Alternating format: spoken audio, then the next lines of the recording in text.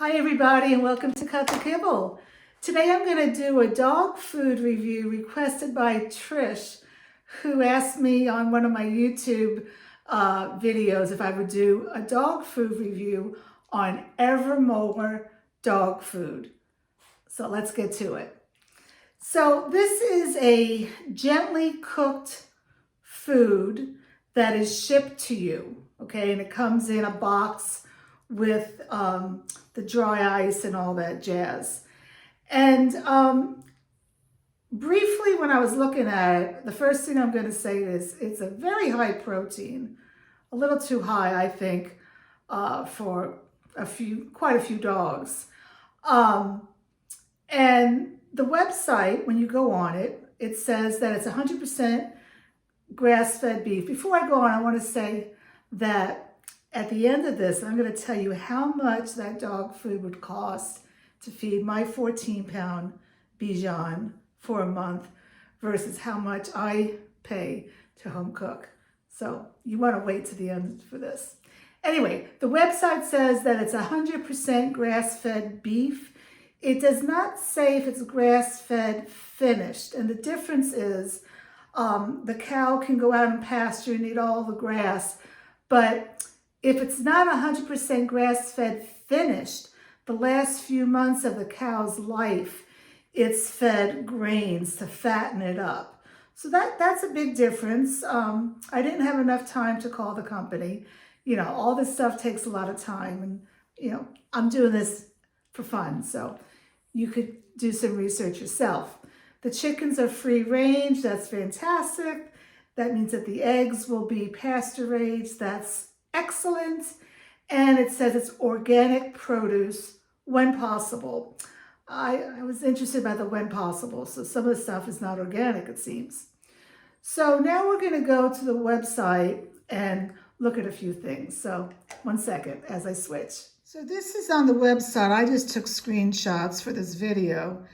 And let's look at, it's kind of neat. It tells you where everything comes from. I love that when companies are transparent. So we'll look up here. The kelp comes from the Atlantic. I guess that's up near Canada. I don't know my geography that well. That's good. I personally prefer getting my kelp from either Norway or Iceland. I feel that the waters are cleaner there. I love that the blueberries are wild from Maine, though the product that I'm going to review today there's no mention of blueberries in it. I love that the oats are organic because the oats need to be organic. Otherwise, it's going to have glyphosate sprayed, which is a known cancer-causing agent in animals and people. I don't know, this Alaskan red pollock oil. I mean, it's okay, but I'd rather see salmon oil any day. I like that it's a food-grade supplements. Okay, pumpkin fine. There's the cattle. What is this? Organic fresh produce. The GMO-free high linoleic sunflower oil, I don't like that. Just because it says GMO does not mean that it's great. Safflower oil is highly processed oil, and it's a cheap oil. So I would prefer seeing other products in there. So the reason they're putting in this safflower oil is so they can put a stamp on it that it's AFCO approved. But I would not be using safflower oil, like I said, because regardless if it's GMO or not GMO, it's highly processed and they're using it because it's cheap. So where can you get the linoleic acid that is needed for dogs? Well, fish or fish oil from cold water waters is very good. And you can also get it from flax seeds. And I don't see any reference of flax seeds in any of the ingredients that we'll look at in a little bit. The alfalfa, I don't really understand why they're using alfalfa. I don't really see it a lot in pet food. I think they're trying to be, different. And alfalfa has between 12 and 15% protein. So as you see when we go through the ingredients, there's a lot of protein in this food. And then it says USDA People Food Kitchen, which is great because if it's an approved People Food Kitchen, that means all the food has to be edible by people, but it's not made in the United States. If I know my geography correctly, that's like Mexico, isn't it? I believe it is. I don't know if that's a big deal, though I don't know if Mexico has different regulations than we do, but let's move on. Okay, so again, I just took some pictures, but protein, it says 100% grass-fed beef. Again, there is no reference that it's grass-finished. And I find this, what I have circled here, very confusing. Maybe it's because it's late in the day and I'm tired, but there must be a typo in here. Because they're explaining how grass-fed protein is better than conventional protein or corn-fed cattle. And that's very true. But they have these numbers wrong because they're saying see where it says omega 3 to 6 fatty acid ratio is 3 to 1 in grass-fed versus 20 to 1 in corn-fed cattle. That is totally opposite. The omega fatty acids in a grass-fed cow is going to have much higher omega-3s. Much, much higher. So that's a typo. That should be the other way around. I mean, again, not a big deal, but I do like to read everything. Okay, so now the other ingredients, we're going to get to it in a minute, but it says after eggs, when looking at our ingredients, there's nothing comprises more than 7% of the total recipe. So let's keep that in mind. We'll get back to that in a minute. Again, the fish oil, pollock, I'd rather be salmon or sardine or anchovy oil. And there you go. There's that safflower oil. I'm even though it says it's not the kind you buy in the store, it's still highly processed. And it's very interesting. Right here, it doesn't say that it's non-GMO, but on the map it does. I think whoever has done this website needs to go back and really proofread it. And there we go with the alfalfa leaf powder, which I don't know about that. Okay, other ingredients. We just did this, right? Where am I here? Okay, so here's the breakdown. It says it's around 60 to 64% protein, and we'll have to open that up in a little bit. Okay, so now we're going to go to the actual website. So hold on one second. So here's that chart again. Remember where I said that after eggs, everything else is only 7%? Well, if we open this up, I don't know about that. So all this red here is the protein, okay, from the meat and the eggs. And so that means 7% is not a lot, and you're going to see later what I mean by that. All right, so hold on. Let me see if I can go back here and go to the food and product info. This is kind of hard to do while holding the phone. Now we're going to go to the actual ingredients. So this is the one that I reviewed. It's the chicken. So let's talk about it. Chicken. Okay, that's fantastic. You know, it's real chicken. I have nothing bad to say about that. It contains the essential 10 amino acids that are important for a dog. And you're going to notice there aren't many vitamins in here like there are in kibble because they're using real chicken, okay? And it's pasture-raised chicken. These are chickens that are happy, running around all day. There's no stress in these chickens. Remember, a stressed animal is going to cause a stressed meat. So I love that these are pasture-raised chickens. And I love that they have the chicken hearts. That's fantastic. Hearts contain taurine, which is very important for the health of a healthy dog. And there's beef hearts and chicken hearts, but actually chicken hearts have much more taurine than beef hearts. So I love that. Now, I don't really like that they have eggs in here. For a lot of reasons. Personally, if you follow my channel, I give Bella her morning meals, the protein is eggs, because eggs are high in protein and they're, kind of inexpensive depending on where you get them. But I wouldn't combine chicken hearts, and eggs and organic alfalfa in here. That's a lot of protein. So right there, I would say that this dog food is for a very active dog because it's very high in protein. So I don't think it's good for all dogs. All right, so then we're going to go, they said that after the eggs, remember, everything else is only 7%.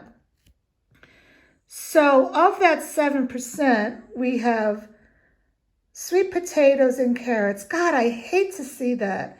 I see this all the time in these mail-order dog foods, just food for dogs, whatever you want to do.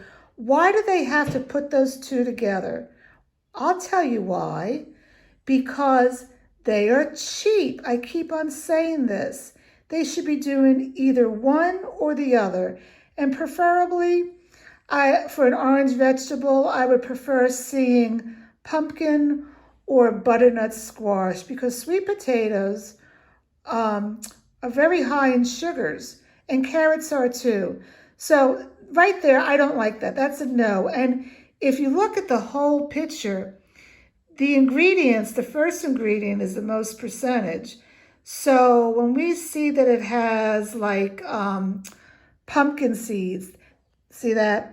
That's going to be less than the sweet potatoes and carrots. So there's a high percentage of sweet potatoes and carrots for filler for this food. And again, I would much rather see butternut squash and asparagus or broccoli or cauliflower. Anyway, enough of that. Chicken liver, that's good. Kale, I'm glad that it's organic because it's on the Dirty Dozen. I'm not that crazy about the apples.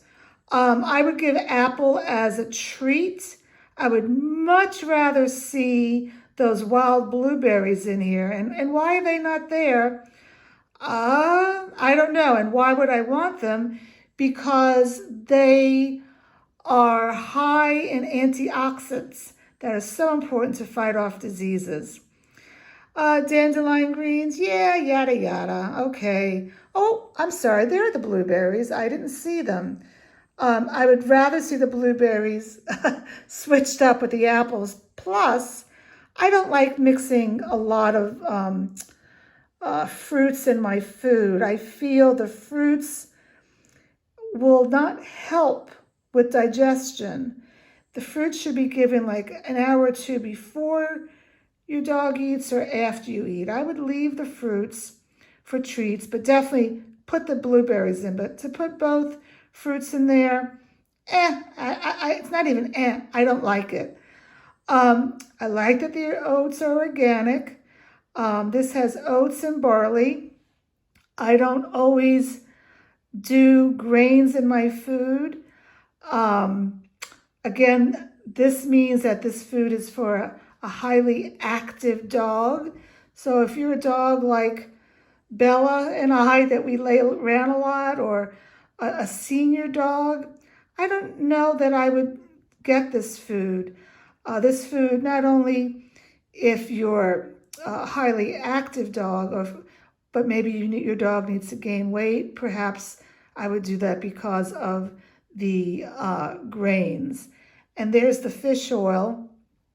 And there's that safflower oil that I don't like. And the eggshell for the calcium. And the kelp that I would prefer it in Norway or Iceland. All right, so let's see what else we're going to look at. So I chose to buy this large case. I'm not buying it, trust me, but for this video. So it's 16 1-pound units for $186.40. So that means that there's 16 1-pound things that you'll keep in your freezer. And let's see what it's comprised of. I saw that. Here we go. So it's a combo. It has chicken, beef, and lamb, 6 chickens, 5 beef, and 5 lambs. And I figured this out. Hold on. Okay. So I figured this out for Bella, how much it would cost and how long. Well, we know it's going to be $186. How long would that $186 last for my 14-pound dog? Okay. Bella gets 4 ounces twice a day. All right. So I actually had to contact my daughter for help. And she just got a job to be a math teacher. So I'm so excited for her. She's graduating in a few weeks. Well, a few months maybe. Anyway, I wanted to make sure I got this right, okay? So for my Bella, who weighs 14 pounds and gets 4 ounces twice a day, this dog food that's $186 would last 32 days. So let's just say it lasts a month. So I'm going to spend $186 every month for my little 14-pound dog. How much do you think I spend every month for home cooking? I've done other videos about it, but I spend on average between $48 and $60, depending on my ingredients. And I rotate proteins. I do eggs, I do grass-fed beefs, I do turkey, I do chicken, I do salmon, and I recently have done elk. And it's between $48 and $60. Now, Trish wanted me to do the review, so I did. You know, Trish, if you have the money for this, I think that's fantastic. I know I don't have the money for this, and I just have one dog. Home cooking is just so good, and it guarantees good health for your dog. I mean, this is pretty good. Out of 1 to 10, I'll give this an 8. And I'm giving it an 8 because, first of all, the price is really high, especially if you have a bigger dog or you have quite a few dogs. And I don't like that carrot and sweet potato. For that amount of money, you should have other ingredients in there, like I said, asparagus, cauliflower, squash, you know, it goes on, green leafy vegetables, and just choose one orange vegetable. Yes, you want the rainbow, but don't do a double orange because those are cheap ingredients, okay? So anyway, it was fun doing this. I love reviewing dog food. It's a good food, don't get me wrong. If you can pay for it, go for it. All right, thanks a lot. See you next time.